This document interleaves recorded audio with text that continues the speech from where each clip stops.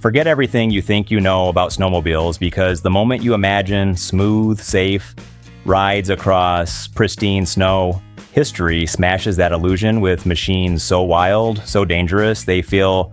like they were built in a fever dream. Picture for a second a Nazi-era sled powered by a massive spinning propeller that could literally slice a person in half, or a bizarre Chrysler-built snow bike running on what was essentially a chainsaw engine that struggled to even move in actual snow. These aren't just vehicles, they are raw, unfiltered engineering nightmares. And in this video, we're diving headfirst into 10 of the most bizarre, dangerous, and unbelievable snow machines ever created, including one that's basically a sports car mounted on tank tracks. And here's the twist, you probably won't guess which one ended up killing the company behind it, so buckle up, hit that subscribe button, and see if you can survive this list all the way to the end, as we begin with a machine born out of pure wartime desperation, the Tatra 5855, a monstrous creation from 1942, Nazi-occupied Czechoslovakia that looks like a luxury car brutally fused with an aircraft propeller, transforming it into a lethal aero sled designed to conquer the unforgiving Russian winter, where traditional vehicles failed miserably. Engineers took the elegant T87 sedan, tore it apart, and rebuilt it with a rear-mounted 2.9-liter air-cooled V8 engine spinning a terrifying wooden propeller, while two front skis handled steering, and a rear drum roller attempted to manage braking, though braking was more of a hopeful suggestion than a reliable function. And despite producing only 75 horsepower, this beast could rocket across uneven ice at nearly 50 miles per hour, featuring even a secondary shaft to power the rear roller for climbing steep hills, and innovation that was as impressive as it was mechanically nightmarish in freezing conditions. Yet thankfully, it never reached mass production because it was simply too heavy, too loud, and far too dangerous, with zero protection from debris and noise levels that could deafen its operator, leaving behind only museum replicas as haunting reminders of an era when survival outweighed safety and engineering sanity. From there, we plunge deeper into the frozen Soviet wilderness with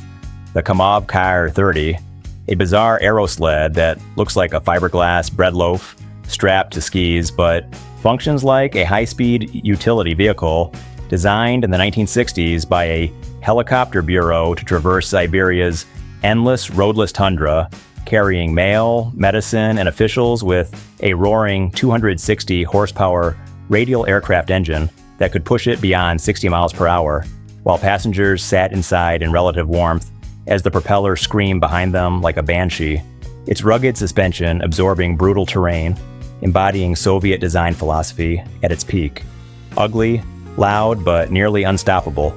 Then we shift to 1960s America, where experimentation ran wild, introducing the Bolin's Diablo, a machine that flipped the concept of riding on its head by turning the driver into the trailer, with the engine and tracks pulling a detached sled where the rider sat, steering by pivoting the entire front unit, creating a bizarre, counterintuitive experience where bumps caused the machine and rider to move independently, and a wrong angle could result in a dangerous jackknife effect. Yet despite its quirks, it gained a cult following for its simplicity and unique charm. Its Canadian cousin, the Husky 200, took things even further into rustic territory with wooden cleats bolted to conveyor belts instead of modern rubber tracks, churning through deep snow like a paddle steamer and delivering incredible traction at the cost of durability and comfort, forcing riders to rely on sheer physical strength and balance as they sat on what was essentially a piece of plywood on skis, making every ride feel like a battle against the machine itself. Scaling up dramatically, we encounter the Bombardier C-18, a true snow bus built in the 1940s to transport entire communities through blizzards, capable of carrying up to 25 passengers across unplowed terrain with its massive tracks and 115 horsepower engine, trading speed for sheer torque and flotation while offering a noisy, gasoline-scented, but life-saving connection to the outside world. Going back even further, we pay homage to the Elias motor toboggan of the 1920s, a crude yet revolutionary invention, born from necessity, featuring a tiny outboard motor, exposed mechanics, and a clattering steel cleat track system that laid the foundation for modern snowmobiles, proving that even the simplest ideas can reshape entire industries. From there, we recognize the snow track, immortalized in cinematic history, a compact yet brilliant Swedish design powered by a Volkswagen engine and featuring an ingenious variator steering system that allowed smooth control with a standard steering wheel, making it easy to drive while maintaining exceptional flotation over deep snow, a perfect example of clever engineering triumphing over brute force. Then comes the 1970s and the radical Raider Double Eagle, a snowmobile designed like a race car with a low-slung cockpit and twin tracks for unmatched stability, delivering thrilling performance on hard-packed trails but failing miserably in deep powder, where its design turned into a snow plowing liability, proving that innovation without versatility can be its own downfall. Chrysler's Snow Runner follows as a bold but flawed attempt to create a lightweight, portable snow bike powered by a small utility engine, a concept that sounded brilliant until it encountered real snow and promptly sank,